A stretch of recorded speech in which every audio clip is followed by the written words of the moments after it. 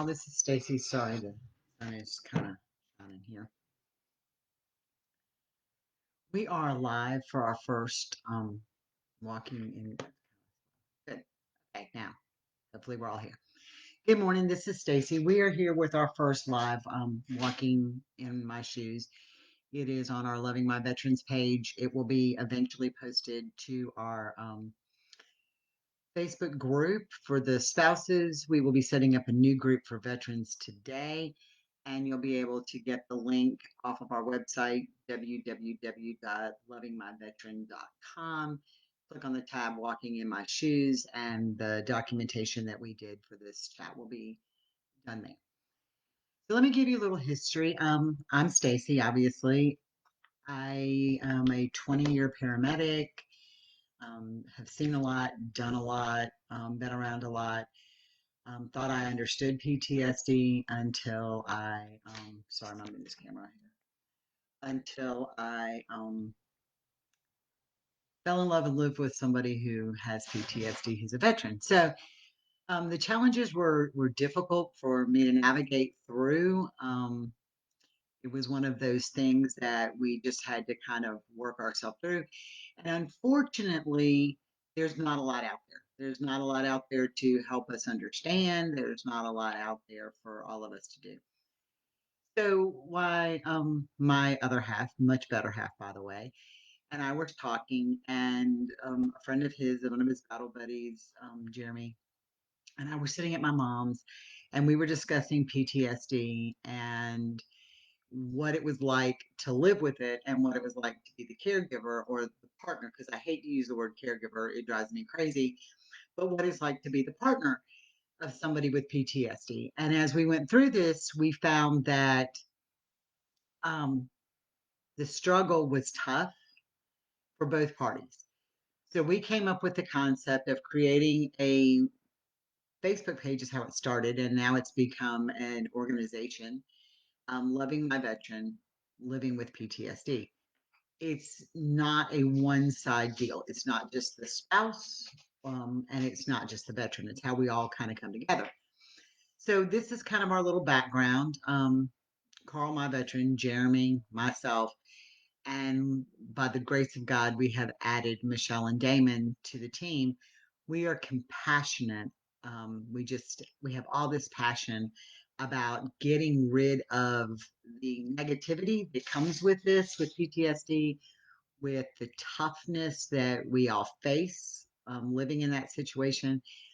So we found that there was a lot of things that were missing. The VA kind of gives the veteran support, not a lot for the spouses. If you're not a spouse and you live with them and they're your partner, there is little to no resources.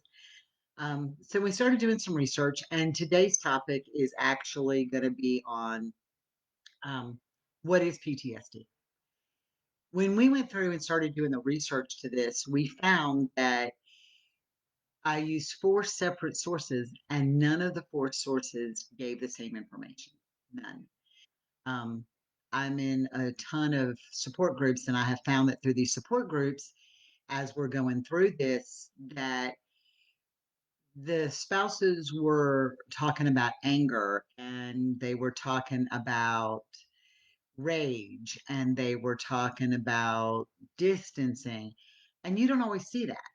So you got to excuse me. I got to kind of wiggle around here, and hopefully tomorrow won't be quite as bad. But as we went through this, we found that Mayo Clinic, um, the American Psychiatric Association, WebMD, you'll see all this on the links that we're providing for you, and the VA all had different answers to what PTSD was. Well, I also found quickly that it was not a one size fits all kind of deal. So just because my veteran has something doesn't mean yours will. Just because him and his battle buddies may have experienced the exact same thing doesn't mean they're both going to develop PTSD and have the same effects. The treatments are very different, or should be very different. And we're finding that there's more and more out there as we start to redirect Damon's words. Thank you, Damon, for that great word today. As we start to redirect where we're at and how we get to this answer. So some of the symptoms we truly found, and I'm going to read them off of here. Sorry for the way I've got this done, but I won't do it this way. They have anxiety and emotional things. In extreme cases, there's suicide and violence. Y'all realize that we are losing veterans at a huge number due to suicide. Huge number due to suicide. Um, they're easily startled. They have substance abuse problems sometimes. A lot of times they turn to drugs or alcohol as a way to deal with their feelings, kind of erase them. The problem is that when they come off that high or off that horrible drunk, those problems are still there. They don't go away. And I think that's a misdemeanor behind where we're at, or a misnomer behind where we're at. They have a lot of guilt and they have a lot of shame. It wasn't until I talked to Jeremy and some of the other veterans that I've spoken to that we realized that the guilt and the shame that they carry is because they've been programmed to do things against the moral grain, against where we really are in society. And so when you're forced to do something against the moral grain, you think people, when you come back, are going to judge you based on your actions. And that's kind of, it was sad. It was sad to realize that. James has allowed me to share his story. James is a kid I've known since middle school, when he was in middle school. He's a friend of mine's son. And James had the unfortunate situation when he was serving to have to shoot a child before the child took out their entire operation. It was a kid that he had played soccer with um, from there, and they obviously gave him a bomb instead of a soccer ball. James had no choice but to shoot this child. It wasn't until James's son got to be the same age, and James had played soccer with him, with his own son, that he realized what had happened. And James, obviously at that point, realized and felt horrible and remorse and anger and rage to the point that James needed professional help at some point. I was blessed enough to be the one to take him to a call and said, Stacy, James. I went and got him in an ambulance and took him to get the help he needed. Unfortunately, it stopped the immediate situation, but the care that he got is not always the best all the time.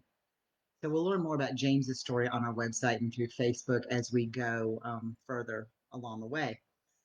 Um, they have a lot of anger and a lot of irritability. You know, when these guys and girls, and I'm sorry I reference it, males with PTSD and not females, and I'm sorry. So when our veterans come back or go into the service, they're programmed. They are programmed to do something over and over and over and over and over again. And when their time in service is up, sun's coming, sorry, y'all, let me turn a little bit more there. When their time in service is up, we just bring them back and like, see you later, bye. And when we do that, that whole see you later, bye thing, we don't unprogram. So here we are with these people that are going through that. Another sign and symptom is intrusive memories. Sometimes they have those dreams, the ones that they wake up from and they're sweating and they can be hollering in their dream. They dream actually see the flashbacks come where they are literally seeing the event. Um, I know in my situation when Carl was like, I have a date coming up, and I'm like, who the heck are you going out with? He wasn't talking about that. Who the heck are you going out with? He was talking about an event that created a date in his mind that he had to deal with, and it takes him to a different place. Avoidance and numbing. Now, we noticed a lot of this that there are adverse activities that they've done in the past, things that remind them of certain events that they don't want to go to, they don't want to do. Um, Emotional numbness. Sometimes they'll zone out, just kind of sit there. They're unwinding. They become numb. And as the partner, it's tough because you blame you and you're like, what did I do? Well, I didn't do anything. I didn't do anything. He didn't do anything in our situation. It was the event and the accumulation. He didn't do it. I didn't do it. So the numbness is there. We just have to kind of be aware of that. And discussion of events. So often I've read on these sites, and these people are talking and they're like, well, he won't share with me what happened, or she won't share with me what happened. Well, yeah, no, they're not going to. Again, we've been back through this. Don't expect them to share this. They may choose to as they go through the relationship, but we've asked them to do something that is against the moral grain. Whatever they went through is so disturbing that it's creating problems for them. If they really love you, do they particularly want you to have to go through that as well? So really think about that as you're going through this as the partner and as the veteran. This whole group that we have has brought together people from all sides so we can kind of see how we are with the other one, and that's kind of important to us. It takes both of us to go through that. So the files that we're going to upload, again, we have a lot of the situations that come up. That heightened sense of danger. I know a lot of times we see them say spouses on the spousal support group side, because I don't ever see the veteran side. They're like, well, he won't go to the mall with me. He won't go shopping with me. He won't go here. Well, yeah, they don't. A lot of times they don't. I know for us, when we go somewhere, if I list out, hey, we are going here, here, and here before we go, we're good. We don't have a problem because every place they go, remember, their brains are not unprogrammed yet. And the military doesn't teach them how to unprogram. So every place we go, he does a risk analysis. Where are the entrances? Where are the exits? Where could somebody be? How can I get you out of here if something goes bad? Every single place we go. So if I'm telling him, hey, we're going to go to Walmart, which is a horrible place for him, but we go to baby Walmart, the little one, he's better. Where I tell him we're going here, he's good because he's already made that risk analysis in his mind. I think back to the two events that were horrific, and I didn't think, never thought about it, was as simple as going to Arby's. It was before COVID came, and we went to Arby's, and along the way, we went inside. And he told me what he wanted to eat. I'm like, okay, cool. And he went to the restroom, and I ordered the food. And by the time he came out, he's standing next to me, and they give it to us on a tray to eat there.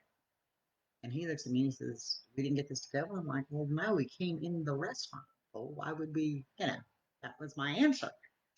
Not knowing or realizing that the entire restaurant was glass and there was no place for him to sit where he couldn't see behind him and see the doors. That was one event that just made me realize how it really is for them, for the veteran. It's tough when they can't see that. And needless to say, for hours, he was in a place. The other time was we had moved back to where I had spent a long time, and I love this particular restaurant. And they were finally opening it up for you to go back in. I'm like, after my coffee. Mm, right. Where you could open it up and go back in for families to see, eat inside. Well, it was a place where we were doing burritos and you kind of told them what you wanted along the way. Well, there was a wall behind us and the counter in front of us, like a half wall. And there were people in front of us and people to both sides of us. So all of a sudden, he felt very trapped, very, very trapped in where he was. And it completely throws them off their mission, off of their goal. So those two times, I put him in a bad situation, not meaning to, because of the feeling trapped, um, and getting it out of their mindset. So we can go just about anywhere as long as he knows where we are going and we go to those places. So that works for us.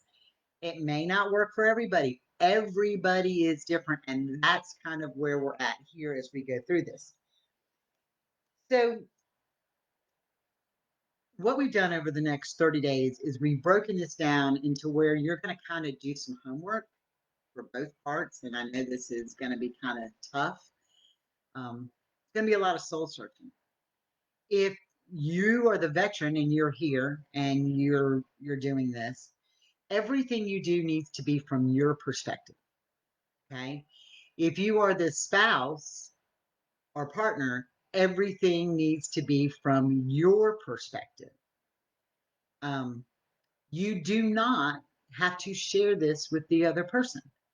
In fact, I encourage you in the beginning not to, because I want you to be blatantly honest with yourself. And that is tough. Y'all, I learned more about soul searching in the last 6 months than I knew was humanly possible. But you have to search yourself and find your own faults and our own baggage. We, as the partners, bring in a ton of baggage of our own. We don't realize it, but we bring in so much baggage, and then we blame everything on PTSD. Well, we're having a fight today. It's his PTSD. Nope. It's Stacy being a really horrific, and I'd like to use the word bitch, but anyway. And I am pushing his buttons. It has nothing to do with PTSD. We are arguing because I am being horrible and pushing his buttons. It happens in regular, everyday, all the time relationships. And we find that we are the ones who blame it on PTSD. Well, he's not doing what I want him to do today. It's his PTSD acting. Well, he didn't go to the store with me today. It's his PTSD acting. He's talked ugly to me today. It's his PTSD acting. Or he chooses to play a video game because that's what he wants to do. And he's like, I'm in his zone. My PTSD. Nope. If you were involved in that video game and you want to play it the rest of the day, don't blame your PTSD. So we use PTSD as a crutch a lot of times on both parties. It's done. Um, so you can't do that. You have to learn that PTSD does not define him, the veteran. It doesn't define you, the caregiver, and it doesn't define, or the partner, because I hate that word caregiver, and it doesn't define the relationship. PTSD is something that is there, and yes, you have to work with it, but it is no different than having cancer or having a horrific life event. Um, I have liver stuff going on that's going to change my life. Damon's got MS, and that affects his life, but it doesn't define who Damon is. My grandfather had cancer 3 times. Cancer didn't define my grandfather. He was my poppy. He wasn't cancer. So PTSD does not define them. He is your, or she is your spouse, your partner. They are not PTSD. That is huge. And when we learn that, we can learn to go forward and make good choices to help the relationship work. So what we're going to ask today, and like I said, the files will be posted to the group. They are on the web. They will be on the website momentarily. What we are asking you to do is to write down, how does PTSD affect my life? My life, not his life in our situation, my life. What does the PTSD do that affects my life? Negative things first. Make a list. This may take a while. Think of everything, but don't just say things like, he doesn't help me with the kids. Okay, he doesn't help you with kids. Be specific. He doesn't take the kids to soccer practice, or he doesn't help them get ready for bed, or he doesn't do their homework with them, or I feel like he doesn't help me with the bills, or um, be specific. Doesn't help. Don't put, he doesn't help me in the kitchen. What doesn't he do in the kitchen dinner? I know for us, Carl will come in and say, hey, what can I do? And I'm like, oh, I got this. Well, sorry, y'all have that coffee. But when I say I've got this, what have I done to him? I've just told him he didn't matter. right? Because it's easier sometimes to say, I've got this. No, he wants a relationship where we are partners. So be specific in your list. Be specific in what you don't like and how it affects you in a negative way. Be specific about how it affects you in a positive way. I have learned more about myself by learning about PTSD than I ever knew was humanly possible. That is huge for us. It is positive for us. The communication skills that we have learned because of PTSD are positive communication skills. Where I used to come in like a bull in the china shop and scream and holler because I'm a yeller. Okay, y'all will learn that. I am a yeller. It's something I do.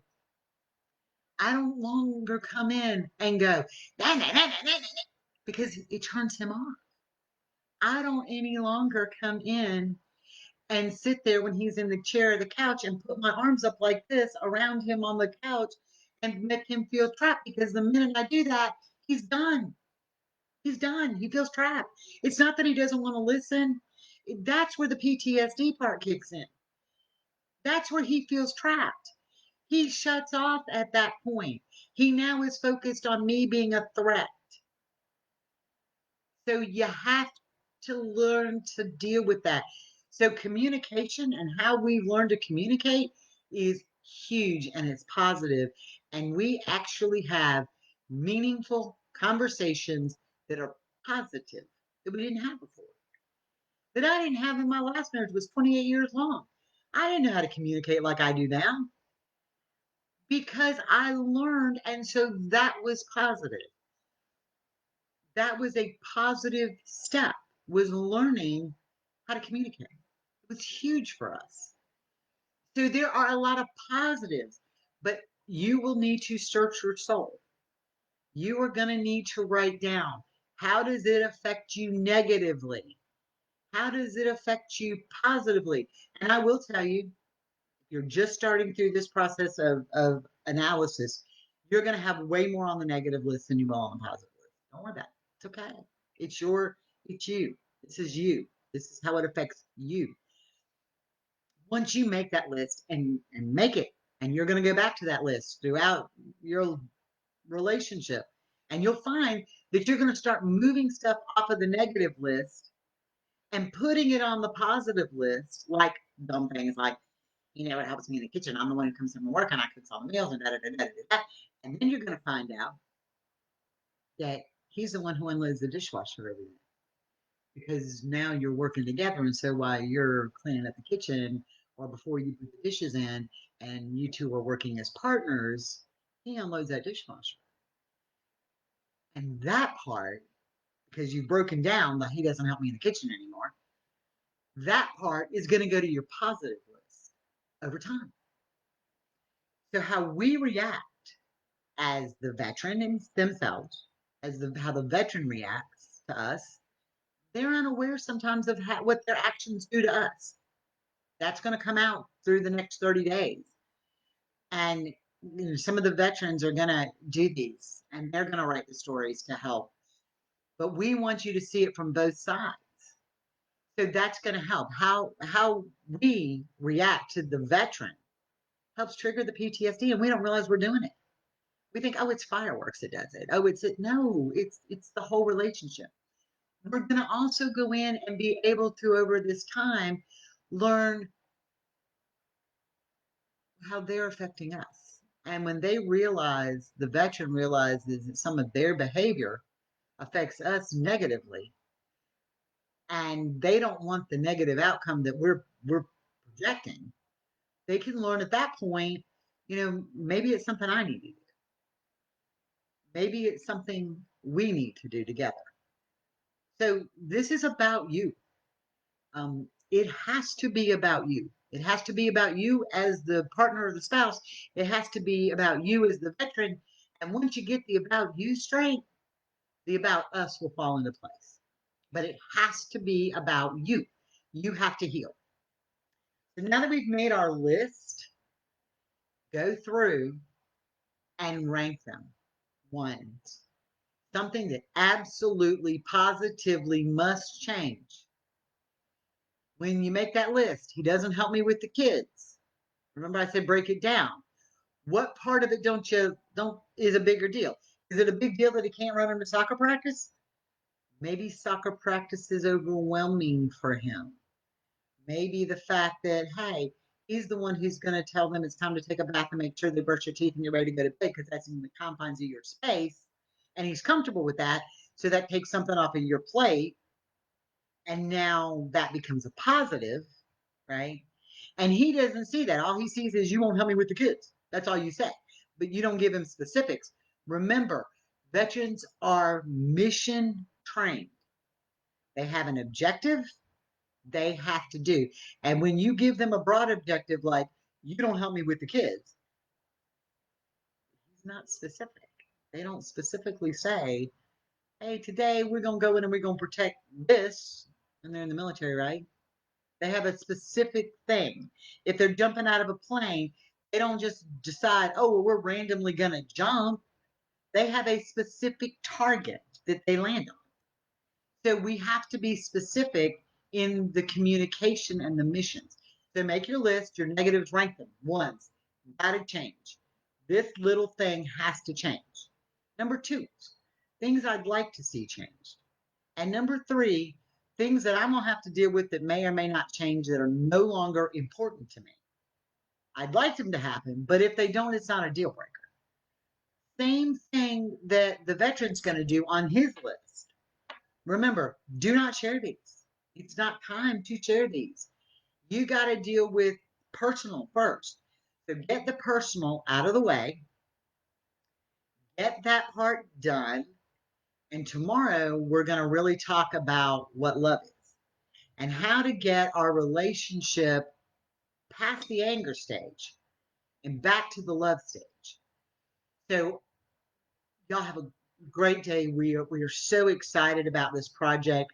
We'll post the live video back to the Facebook page. We will post it to the groups and we will post it to the website today, along with the papers to do. I've printed them out. I've got them in a printed out format where they're literally fill in the blanks. There's a lot of good information in these. And it is about learning to walk in each other's shoes. And the only thing I want you to remember going forward today is that every journey begins with a single step. Every journey begins with a single step, but you'll never finish that journey if you don't take the first step. I'm Stacy. Michelle, Carl, Damon, Jeremy. We all love you. We want to help you in any way we can. We feel free to message us. Um, we can talk that way.